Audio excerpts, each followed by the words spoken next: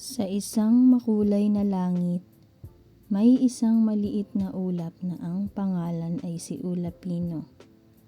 Iba siya sa lahat ng ulap, malambot, maputi, at laging nakangiti. Pero may isang sikreto si Ulapino. Takot siyang umulan. Paano kung magalit ang mga tao kapag umulan ako? Tanong niya sa sarili habang pinagmamasdan ang ibang ulap na masayang nagpapakawala ng ulan.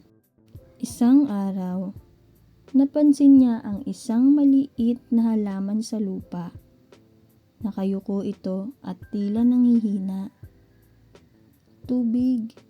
Kailangan ko ng tubig. Bulong ng halaman. Nais tumulong ni Ulapino, pero nanginginig siya sa takot.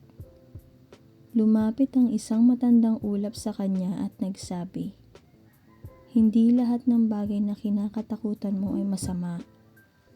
Minsan, ang takot ay hadlang lang sa paggawa ng kabutihan." Napaisip si Ulapino. Huminga siya ng malalim at dahan-dahang pinakawalan ang kanyang ulan. Hindi nagalit ang mga tao.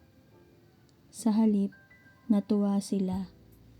Ang mga bata ay nagsayaw sa ulan at ang maliit na halaman ay muling tumayo at naging luntian.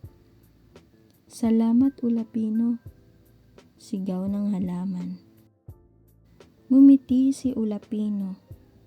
Doon niya napagtanto na ang kanyang kinakatakutan ay siya palang makakatulong sa iba.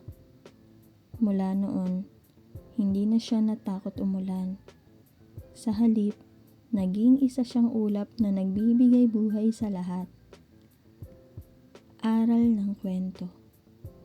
Huwag matakot subukan ang mga bagay na makakabuti sa iba. Minsan, ang kinakatakutan natin ay siya palang paraan para makatulong at maging masaya.